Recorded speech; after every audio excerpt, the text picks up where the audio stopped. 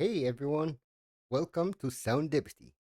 Tonight, I'm absolutely pumped to chat with the incredibly resilient Michelle Manning, an author who's turned her own life pivot into fuel from some truly gripping stories. 5 books. To start it, she was born in Pittsburgh and uprooting to South Carolina at just 2 years old. Michelle knows all about adapting, bouncing back, and finding strength in change. She's channeled that into 5 powerful books that dive deep into the emotions that hit home: complicated family ties, unexpected inheritances, high stakes corporate drama, mysteries with real twists, heartfelt romance, and even those profound spiritual moments that make you ponder life after loss. Her characters feel so real because they wrestle with love, grief, ambition, and those curveballs life throws at you, full of emotion, surprises, and that quiet resilience we all admire. If you're into stories that pull all your heartstrings while keeping you at the edge of your seat, you're gonna love this conversation. Michelle, a huge welcome to you. Thank you for joining us. Thank you. It's good to be here. Thank you for having me. Thank you. So let me start with the first spark. So it was really great to go through your book and go through your submission form. It was really detailed and it told us so much. And there's so much we want to ask you today. But let's start with what first sparked your love for storytelling. Was there like a moment in your life that made you think, you know, I need to write this down? I was the only child. My mother and father they divorced when I was really young. Hence me coming to South Carolina when I was 2. And when you're an only child, you kind of got to make things up all the time. Like you gotta play by yourself. You got to do the certain things. Now my dad had 2 other children, so a half sister and a half brother, but I wasn't always around them. I was just for the most part when I was small, it was just me, and then the friends that I went to school with. But storytelling, I don't. I've always loved documentaries. I started writing poetry before I ever started writing novels and stories. And I would take the emotions that I was having in that moment, and that's where I got my poetry from. And I've been writing that since probably I was, I don't know, 11 years old. Um, and Wow. actually, in the past like 3 years is when I started like really putting. I would always talk about writing a book, but I never like did anything about it. So I started writing everything down. Every idea that I had, I wrote down because I would always say to my husband, "Oh, this would make a great book. This would make a great story." So I started writing it down and then I started writing. I've got several stories right now that aren't even published that I haven't even thought about publishing, that some half done, some half not, some just ideas written down. And my mother didn't even know. She didn't have a clue what I was doing. She didn't even know I was into writing. Right. And when I sent her a text the morning that I published my first one, she was astonished. She was in shock, actually. She's No very doubt. proud though, but, it just, being an only child really is what started it. Makes absolute sense. Yes. And you did mention that in the submission that I would have seen that your dad taught you a powerful lesson when you were about like 5, that the real Yes. determination and willpower can achieve what you set out to do. So tell us Yes. about that and tell us how that shaped your life moving forward. Well, okay, so I used to go, when my mom and dad, they didn't share custody, so I went to my dad's, like, in the summertime and on holidays.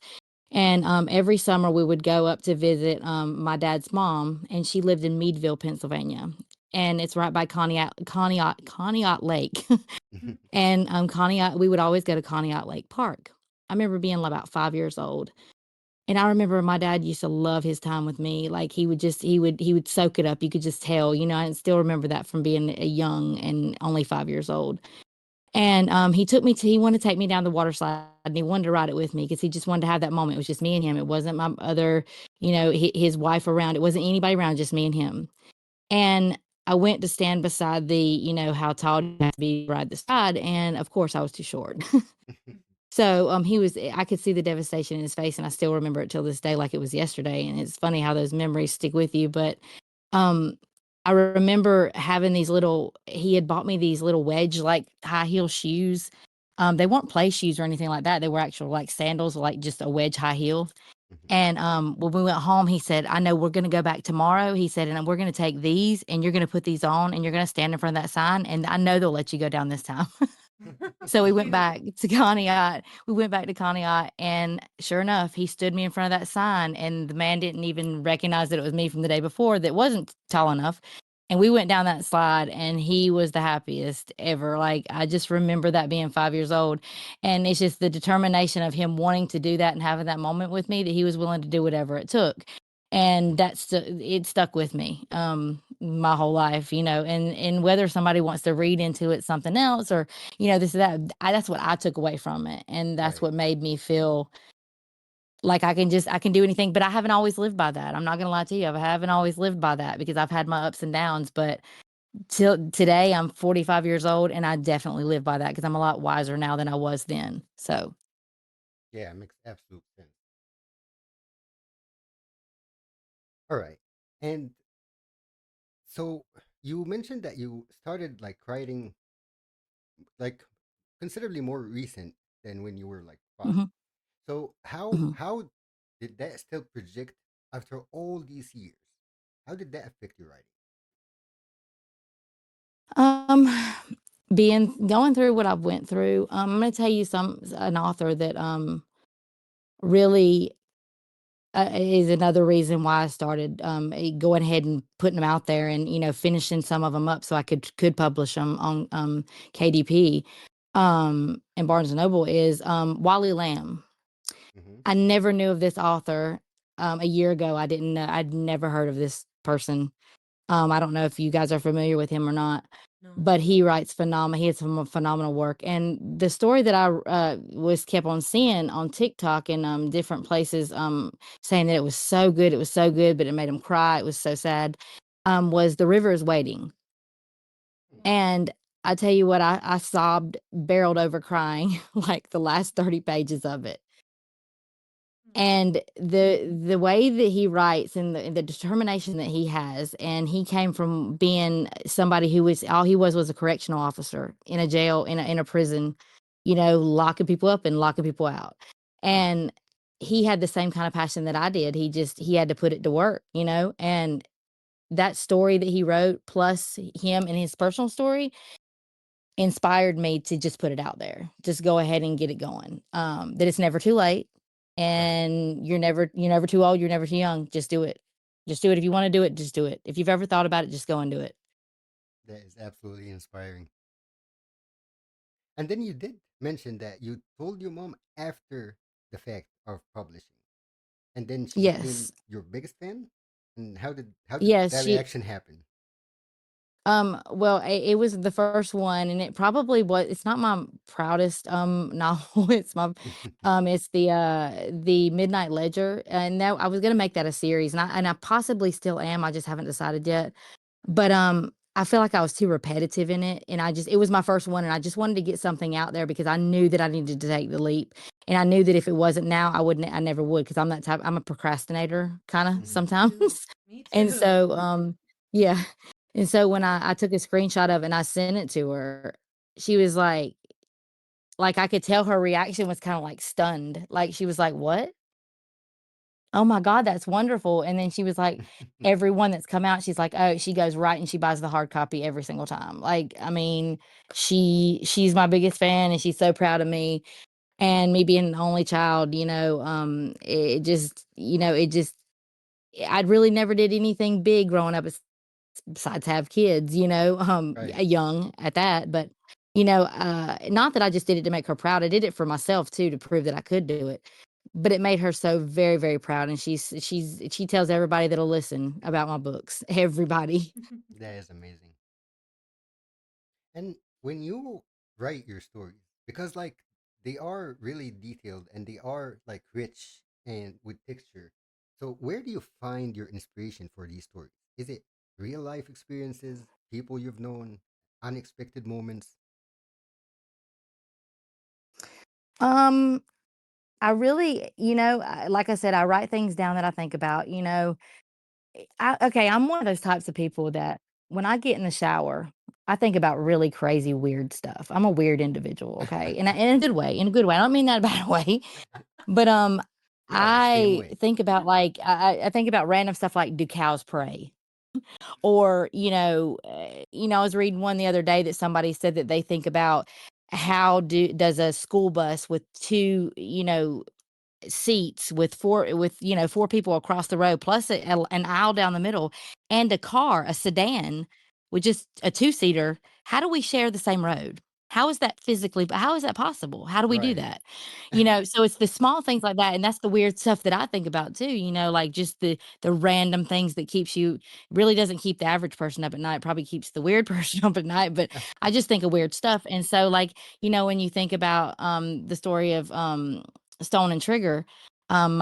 my second one, you think about, okay, they fell in love off of coffee in Seattle. She spilled coffee on him, and you know they end up marrying and stuff and buying a house and stuff and moving in together and all this good stuff. And she ends up getting pregnant, but she has a miscarriage.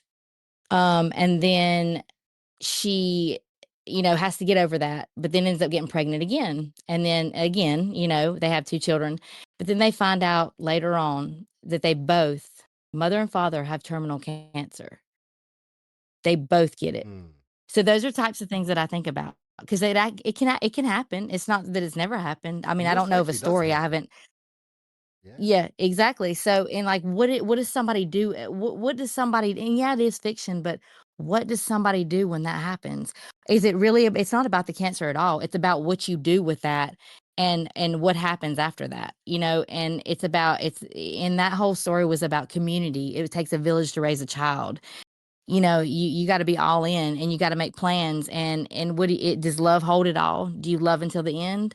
And that's really what the story is about. And so I just grab my inspiration from just thoughts that I have like that, and I'll piece it together and I'll be like, oh, this will make a great story. And so that's what I've just started writing about is, just things that I had in my mind that were just kind of strange and weird or to some, and then I run with it. I don't even plan out my characters or anything. I just run with it. I don't even know where they're at the beginning of the story. I don't know where it's going to end up.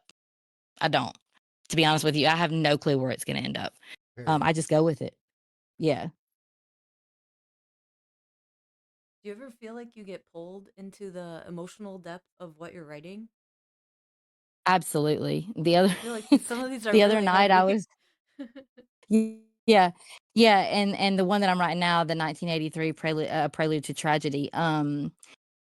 I found myself that writing the other night. I was writing the tragedy scene in the novel, and and it happened also when I wrote the time that the two characters got married and reading their vows, and I cried. I got very much, and these people become real to you.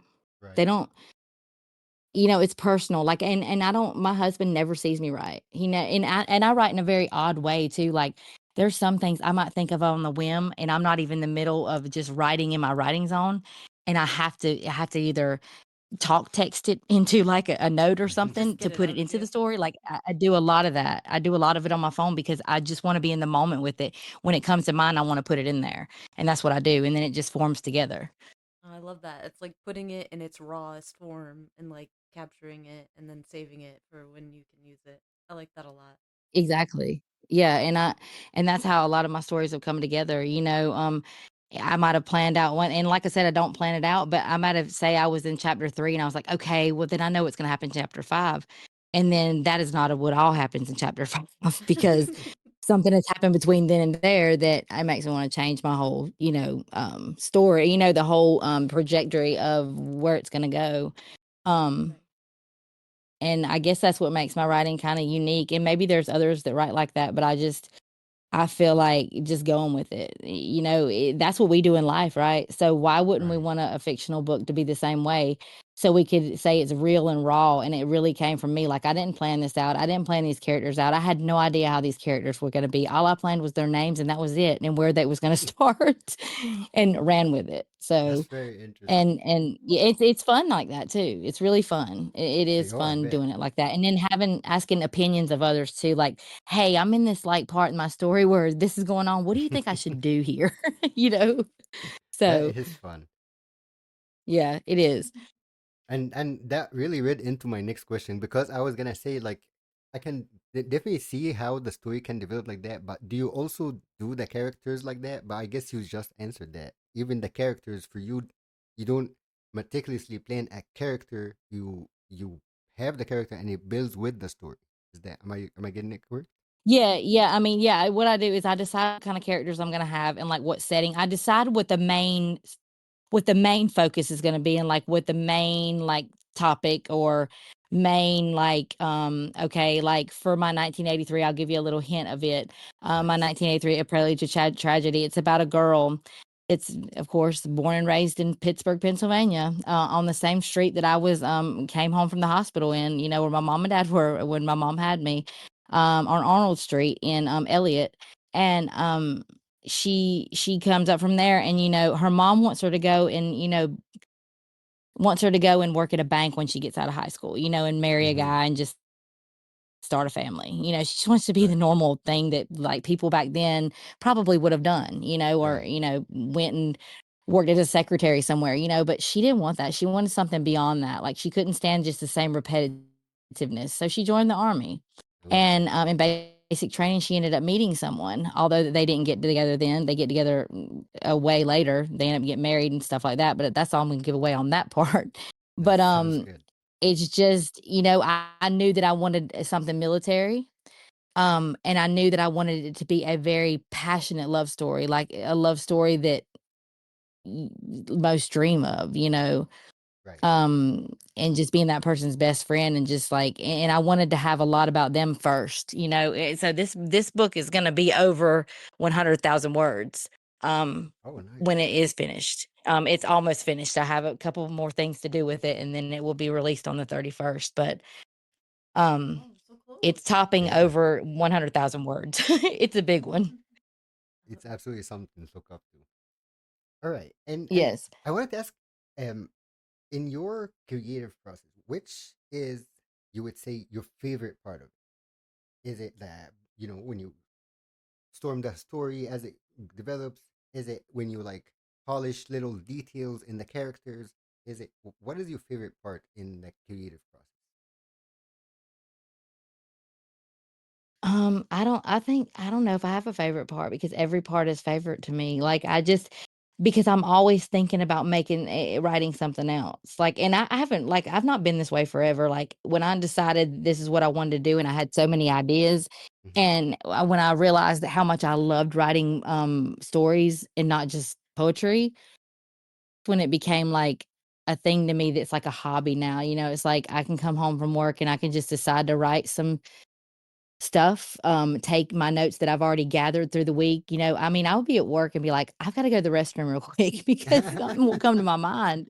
And, I'll just have to go like text it into my phone, like that idea that I'm going to put in there later, when I get home or whatever.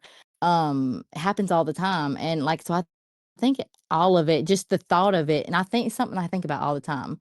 We have a lot of times as humans to think, and my mind races with different ideas in different ways. If I'm working on a story, like what way it can go, and it was just Right. for fun. I never think anybody would ever see it. Nobody would ever, it would never be on Amazon for sale, you know what I mean? Ever. I didn't ever think that. I just did it because it was something I enjoyed to do, and I enjoy all of it. To be honest with you, I enjoy every single bit of it. That is amazing. Yeah, it sounds like it's really like woven into your everyday world view and aspects of your life everywhere, which is really great because then you can truly like enjoy it. I like that a lot. Yeah, and, well, now that you say that, I really like the research. Like, if there's something like I've had to do a lot of researching about the, Korea in 1983, you know what I mean? Like, what was Right. going on as far as, like, political rest then, because when they get stationed when my 2 characters get stationed in Korea, I need to know those types of things. So I like, I had to do a lot of research about cancer with the stone and trigger. Um, it Okay. I like the research. I like to learn the things that it's not just I just throw them in there and they're there. I have to do a lot of research on it too. Yeah. Yeah, I I'm sure can't you just like talk about something that I think I know I'm talking about and not be right. right, That would be right. embarrassing. And I think it's just like the chase of the new information. You would just like the thrill of finding that new information Yes. is satisfying for Them being sure. like, yeah, I know how to Yes, use it it. is. Yeah, exactly. I like it. All right. And then looking across all your work, what recurring themes do you feel that keeps pulling in you or pulling you in? Spiritual, Hmm, definitely spiritual. Because if you even Ruling the Roost, it is a dark comedy, um, crazy comedy, psycho comedy, if you ask me. It's all over the place. But, even that has a spiritual, um, light to it. Everything and I want it to have a spiritual I want people to feel it in their heart whenever they're reading it. Like, this could be my family, or I could be sitting here watching this as a sitcom, on a Friday night, you know what I'm saying? Like, I right. wanted them to be able to see a movie in their mind whenever they're reading my books.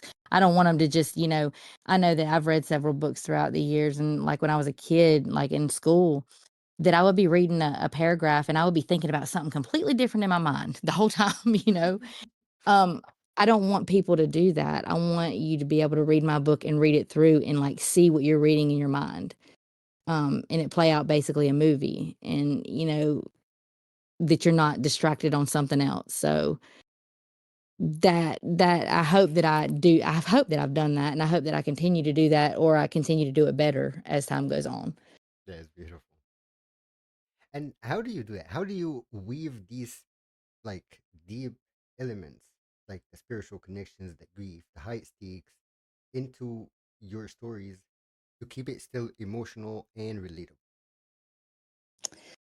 um I think that if you're writing something, whether it be poetry, whether it be a story, I feel like if you're not crying and you're not being pulled at the heartstrings, neither are your readers. I mean, That's true. that's That's for true. me anyway.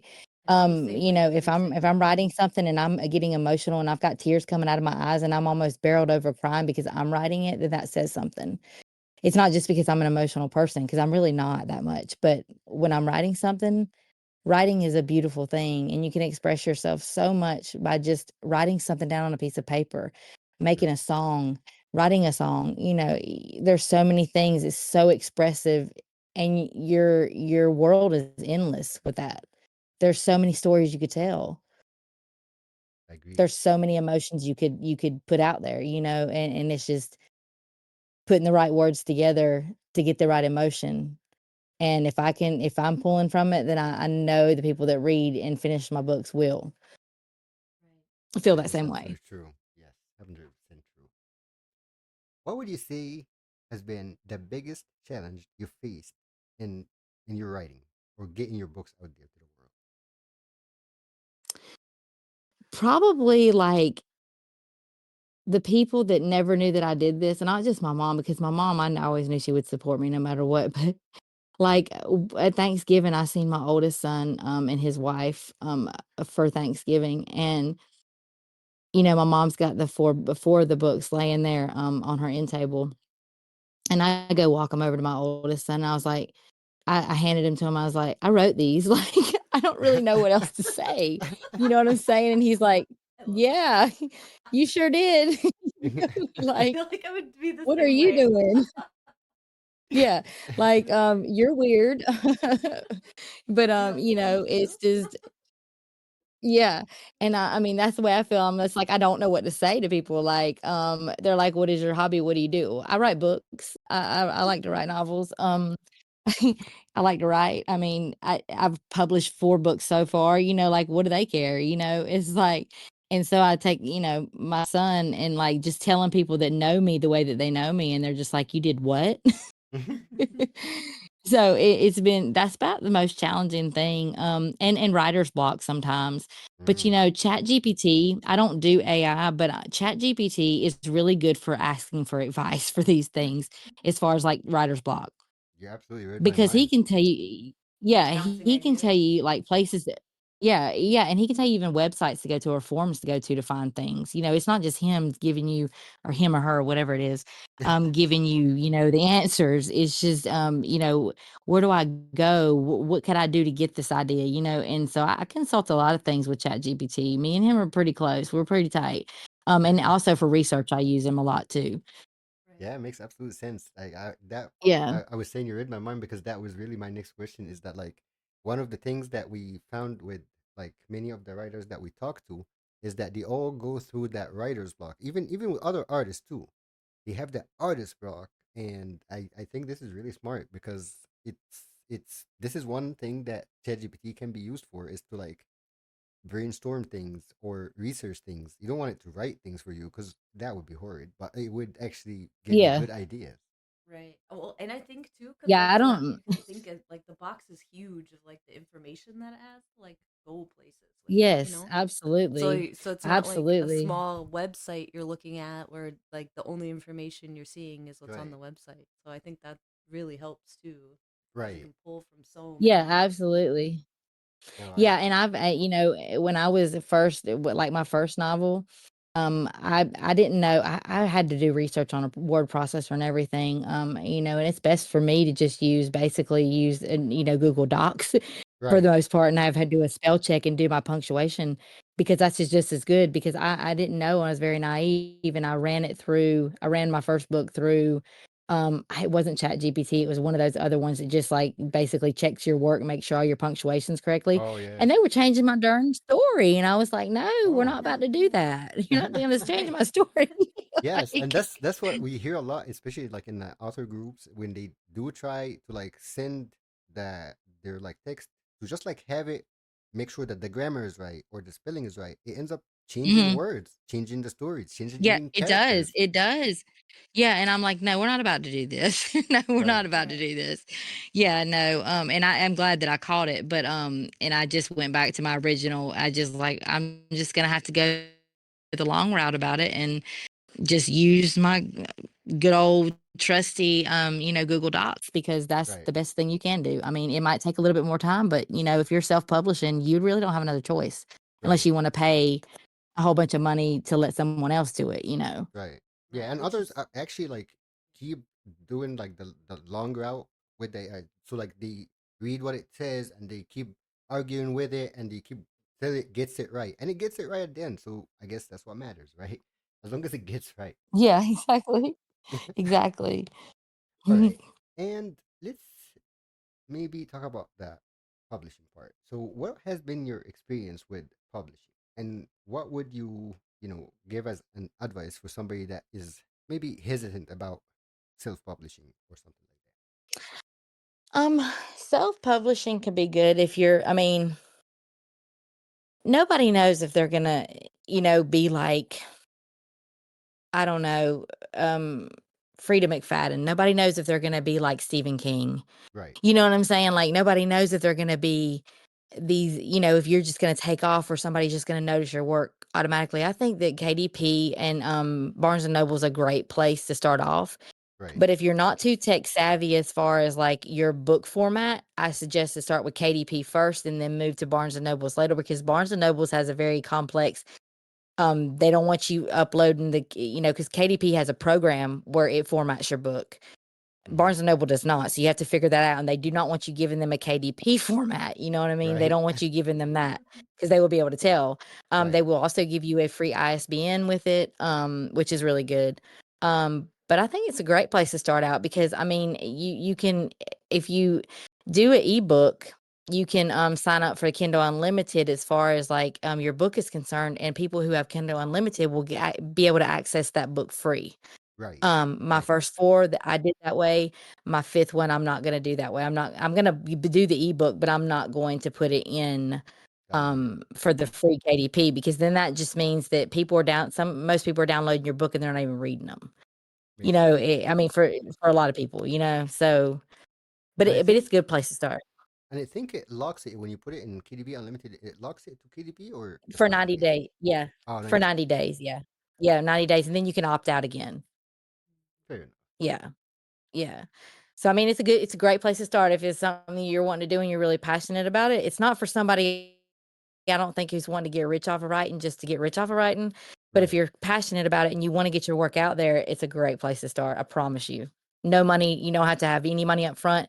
You can get author books for very, very, very low prices. I mean, it's worth it in the end. In the long run, it's really worth it to get your at least your work out there because you can buy your own books to go and sell at a bookstore, have a book signing. You know what I mean? You Right. you can do True. all that. Yeah. True. So All right. great Now, place to start. absolutely. Now, looking at your books, since you started till now, you have the fifth book coming in the way. How would you say that your writing style have evolved? Um, I could say, I don't know. I guess someone who read my books could maybe tell me more than me because I don't really know. I guess because I've done the same thing. I'd like to think that I guess you could say like when you first start out writing, I guess you could say that when you start not doing anything, you start playing an instrument, you start, anything that you do, it's going to be on the rough edges at first. Right. And you're always gonna look at something that you did 5, 10 times, better than you did the first time. So I'm sure that it's changed. I feel like the quality of it has changed, probably my wording on some things because sometimes if I'm trying to explain something, sometimes I go a weird way around it. It might Right. be hard for some, it might not be hard for some, but my husband tells me all the time, "Well, geez, you didn't have to say all that. You could have just told me this." You know what I mean? Like, and Fair. it just People happens that way do. sometimes. I mean, I People can't do. help it. That's who I am. Yeah. Yeah. So I go around my elbow to get to my, rear, but that's just how I am sometimes. Right. We But just I, gotta I'm, spiral into you know, it. yeah. And I feel like I'm double checking and triple checking a lot too. On these last couple ones, I know for Ruling the Roost and the one that I'm doing now, the 1983 Prelude to Tragedy, I'm doing a lot of proofreading more than I did. I mean, I did proofreading, of course, with all the others, but I'm saying like I'm double and triple checking and making sure that, I'm not repeating myself, that I've already said something about one chapter that, I go in another chapter and forget that I've already wrote that and then say something else about it again, and repeat myself. So I'm double checking that and stuff. Not to say that I did it in my other ones, but I have read some books where it seems to be the case for some people. Um, Right. So and just these are authors refining. that have been around a long time. Yeah, I mean, and it Mhm. happens, it does happen. But I just want to make sure that the quality's out there and I want to make sure that it grips somebody and I want to make sure that I'm not making anybody bored Right. through my writing. Um, where I didn't pay attention much of that first because I just knew I had written it and I wanted to get it out there. But more of, I don't want my reader to get bored. I want them to stay with me. So, Fair. And would you say of your all your books, which character across all your books do you relate to the most?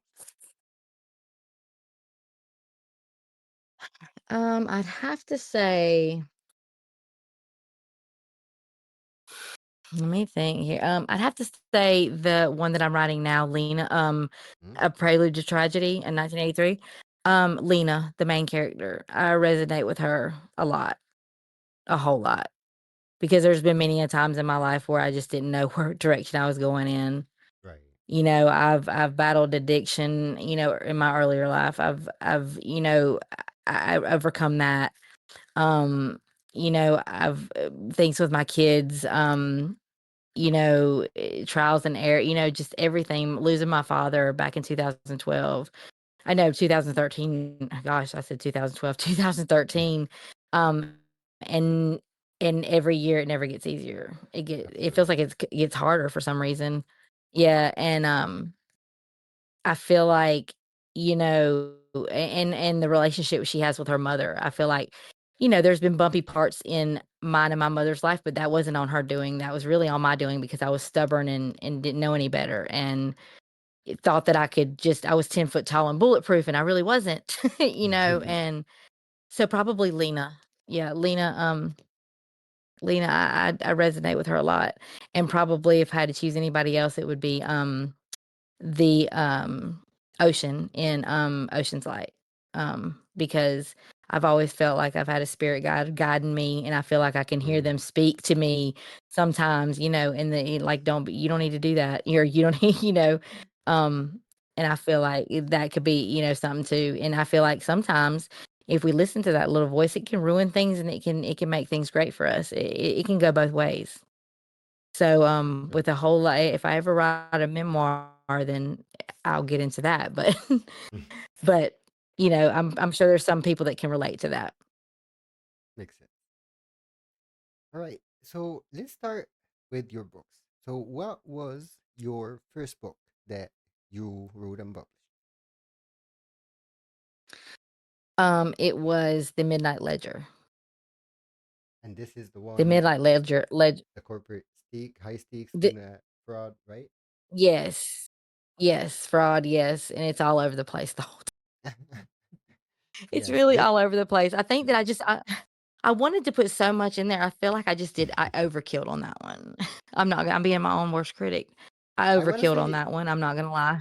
I want to say this one probably of like the one that like stood out to me personally the most first, just because like my like personally I do work as an analyst as an auditor, so like that stood out to me. I was like, all right, this is the one I'm gonna start with, of course. So yeah, Yeah. I loved it.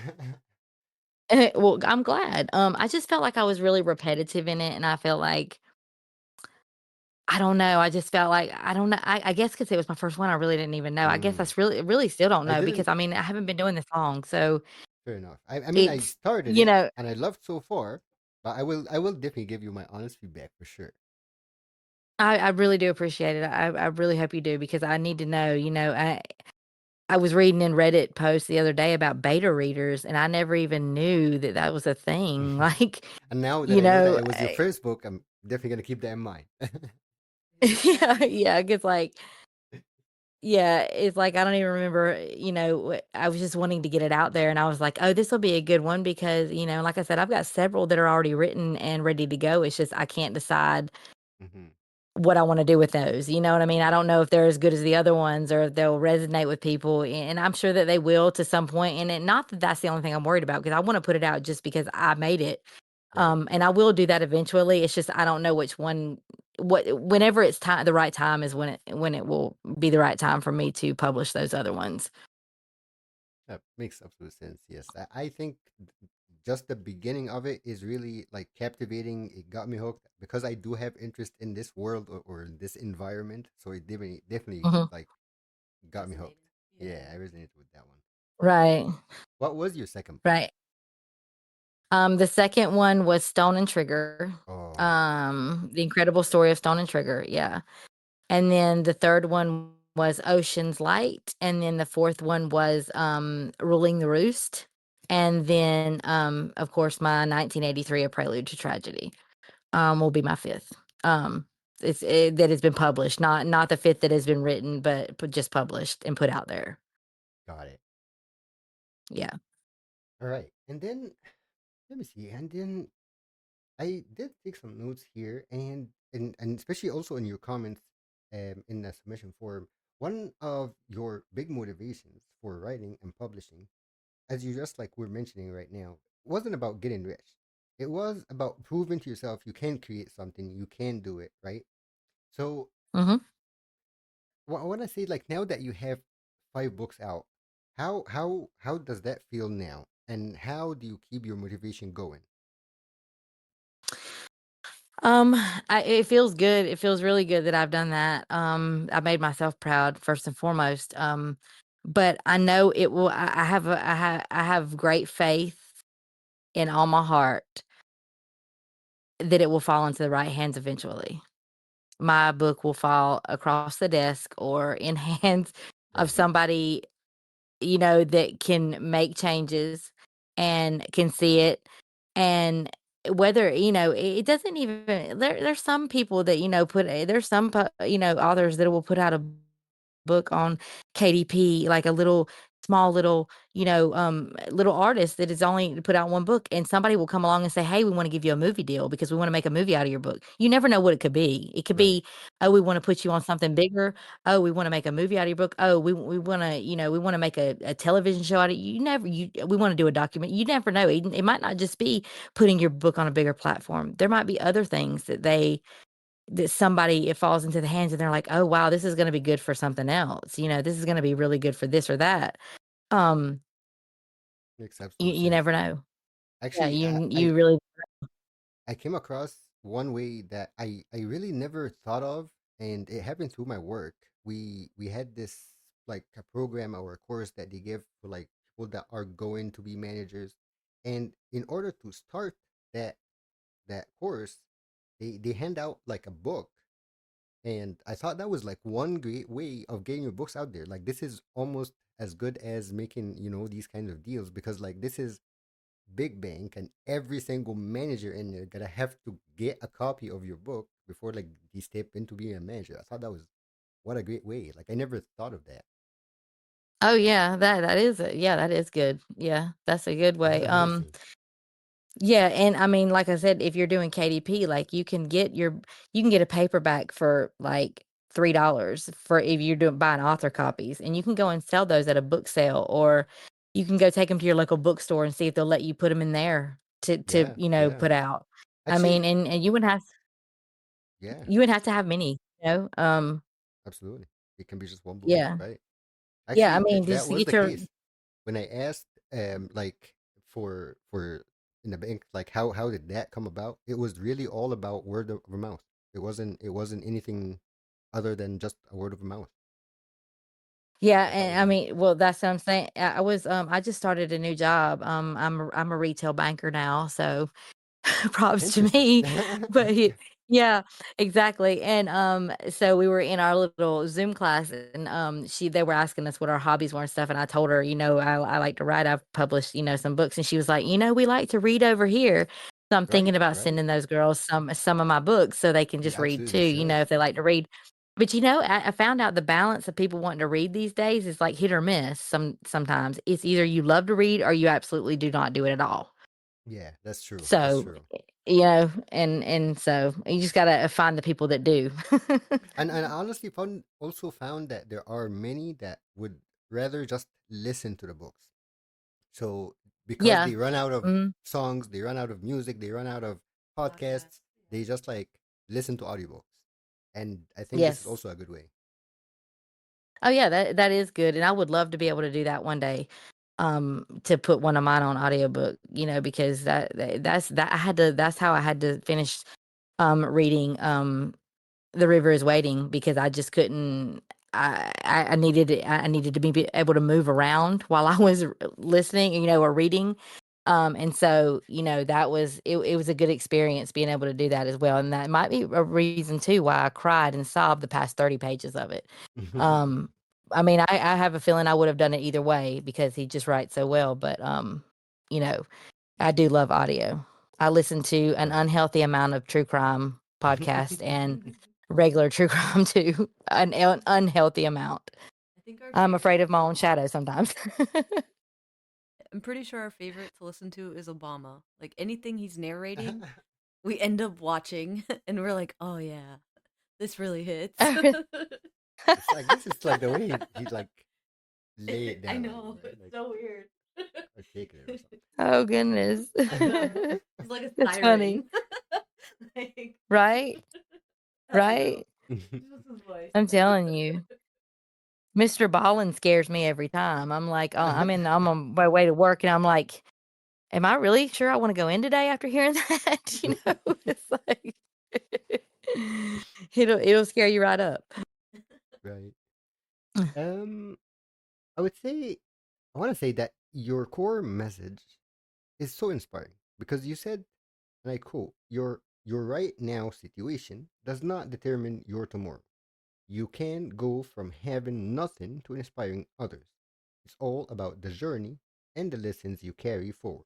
End quote. How do your Hmm. books reflect that idea of transformation and not repeating past mistakes?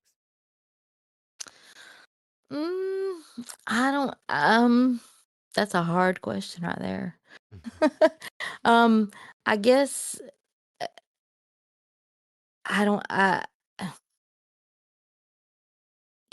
guess my message for that is, or was, or will be, and I will continue to always say that.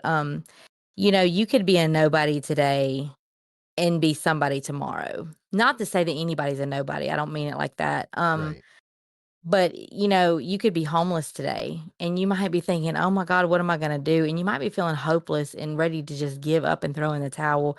Believe me, I've been there. I've been there. I've been there. I've been there. I've been there more than once too. Um, I've been around. So hey, I'm 45 years old. So like I've experienced a lot. Um, and I hope to experience way much more. But there was times where I wanted to throw in the towel, and just give up. And it wasn't that I even had my eye set on anything. It was just, of having the repetitiveness of having to go through some type of hell on earth, either being homeless or being, a horrible job that you hated to come into every day, just no matter what it might be. right. You might be in that situation right then, but if you're listening to this now and you are in that situation, just know that a week from now, 6 months from now, 2 months from now, 3 months from now, you can be in a different spot, and this might not be the first time that you're down. You might be down again because that's just what's in your cards, you know what I mean? And you just need to if you take the lessons from it, from your life, if you take lessons from what you are put through in life, or what we really put ourselves through a lot of the times, if we take those lessons and we learn from them, it doesn't mean that we're not gonna make the same mistake again. We might because there's another lesson for us to learn, but, if you don't take anything from it, that is the mistake. That's where you repeat the things repetitively on and again, and you're stuck in a hole for 60 years and you can't get out. You know, just take it for what it's worth, and if you have something that you wanna do and you have something that you love to do and you have a hobby, I don't care what it is. If you're wanting to make rubber band rings and sell them, I don't care what it is. Do it. Right. That's Just really go and do it. funny. It could change your life, you never know. That is absolutely beautiful, and I couldn't agree That's anymore. what Well said. Yeah, that's the difference between today and tomorrow. Honest to God, that is the difference between today and tomorrow. I guess my question on You that one know, is how were you able to bounce back? How were you able to do that? Because I feel like this is the hardest part. Is that like being able to wake up and tell yourself this is not the end. There's more. I was listening to your first published author from the other day. I was listening to your Romulus, interview Romulus. from him. Yes, yes. And I remember him saying something. He said he said that he resonated with it with one of his characters too. Is he just keeps pushing forward. You just get up every day and you put one foot in front of the other and you just keep on going. And no matter how hard it might seem, no matter how many tears you might shed, no matter how many times you say in your mind, "I don't wanna do this, I don't feel like doing this, I can't do this, I can't do this."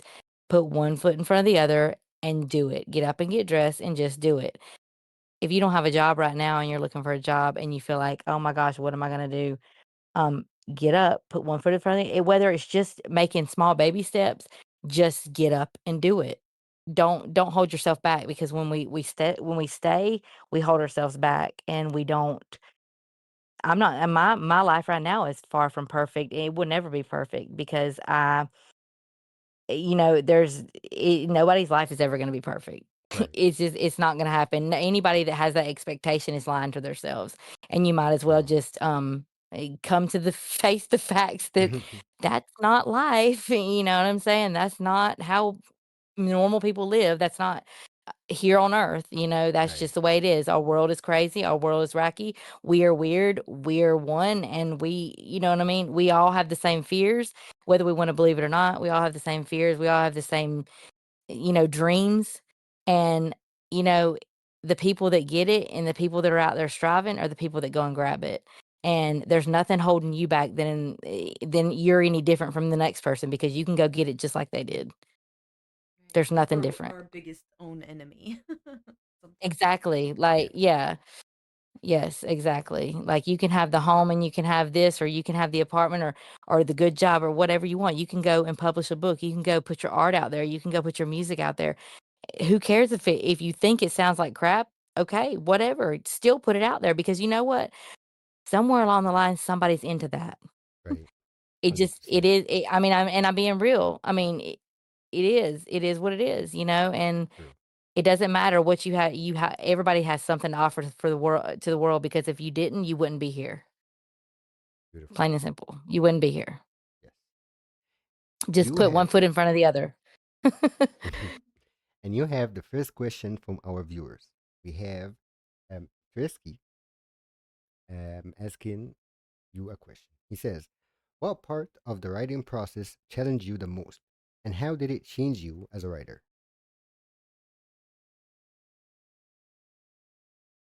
And not knowing how to put well, I can't really say that. I don't know if I'm explaining it right. Not knowing if the way that I was putting my words was the right way to put words in writing a book. Does that make sense? Yeah.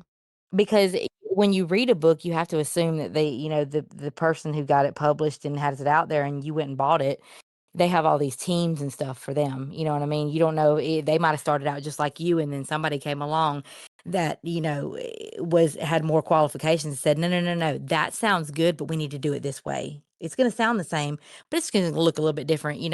Polish it up a little bit. If you're self-publishing, I guess you really don't know if you're like, you put it out there and be like, "Oh, this is all wrong." "I did this, and this was horrible." Even though it sounds good, it's all messed up. Um, I guess just making sure that, I put it out there, and, at that there was a point in time that came that I didn't really care. I mean, I cared, but I didn't. It was what I wrote, and I was putting it out regardless, Right. That whether it wasn't the was, focus, right? edited right, or whether it was, or whether I titled it right, or whether I wrote my name in the right place when I designed the cover. It was all, who cares? I'm putting it out there, and that's that. And that's what I'm doing, because this is what I want. It came from me, and I want to give you, the world, what I've written, and I hope that you take the chance to read it, and share and sit around with the characters that I've made, and have a hoot and a holler, or have a cry, um, or have a good memory. Maybe it'll give you a good memory, or maybe it'll help you get over something. You never know. Right. I love All that. books That's do really that to sweet. me. Whenever, yeah, people do that all the time with books. I hear people say all the time, "Well, this book changed me," or "This book changed me," and it does. Reading changes people, It just does. like music does. It does. It heals you. Absolutely. I like. I always like this Yeah. question to our authors. If you could collaborate with any author, past or present, who would it be, and what kind of story would you create together? If I could, this is probably gonna sound like a really, really weird one, because I don't know if a lot of you probably have heard of him, but Kevin Smith, Jay and Silent Bob. He's not. I mean, he's written a lot. He's a writer and director, but I mean, he's close up there with probably Judy Blume. Um, Probably, yeah, close up there. But probably Kevin Smith, because he is an absolute genius, and I absolutely love him. I think he's hilarious. I think that when he wrote Clerks 1 and Clerks 2, Dogma, Chasing Amy, those were really stories that could have been books before they were movies, you know what I mean? And they were in an art form like no other. And he gave something in my life that I didn't even know I needed, you know what I mean? When I Mhm. started watching his movies and reading his work, and, like, he writes comics and everything, but I would so like to write a drama with him. Oh, It would be amazing, because he's an amazing person, he's an amazing writer, he's an amazing creator, um, just love his work, love his work. Yeah, love it, love it, love it. beautiful. Kevin Between Smith. him and Judy Blume. Yeah, Kevin Smith, Love it. the, yep, mhm. Yeah, if you And don't know who Kevin Smith is, you need to go find out because he's great. and typically my question after that, but I would say you probably answer it, but let me say it anyways, which is if there is another book that you would not your own that you would recommend to other. I remember that you or recall that you mentioned Wally Lamb, Mhm. The River is Waiting, correct? Mhm. Yes, and I would also, like to and let me tell you 2 more, and some Mm-hmm. people and I didn't read this book until and a lot of people read it in their, middle school and elementary school, but Judy Blume, Are You There, God? It's Me, Margaret. That's the one everybody needs to read, and then, the last one, a newer one that I've read, or I'm halfway through it actually, I haven't read the whole thing, but it's phenomenal, and it is Stephen King, 11/22/63. Go out and Oh get it. yes, Go get amazing, amazing, amazing, amazing. I just it deserves like a million stars. I It's agree. great.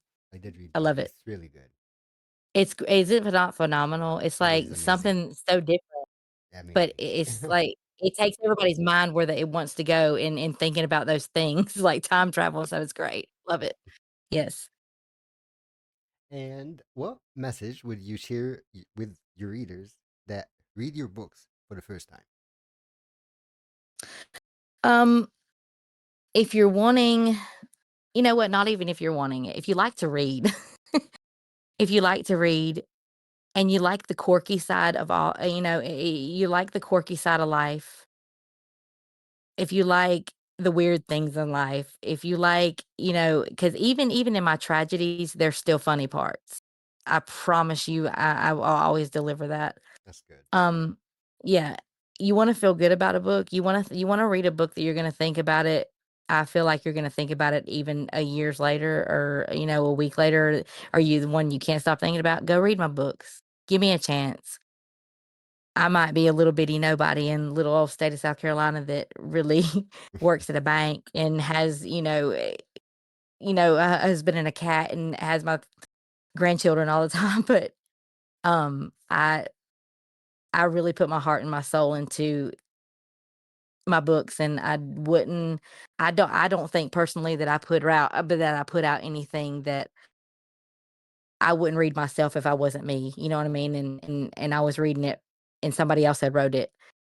I feel like they're really, really good books, and I feel like if you read it, you won't be disappointed, I promise, and I'll just keep on giving you more and more and more, and hopefully I'll get better and better and better, and, maybe you might see my name big somewhere one day, who knows? And if you don't, that's okay too. I'm gonna keep on doing it. I'm not gonna stop just because I don't get that big chance. I'm gonna keep on going. Well said.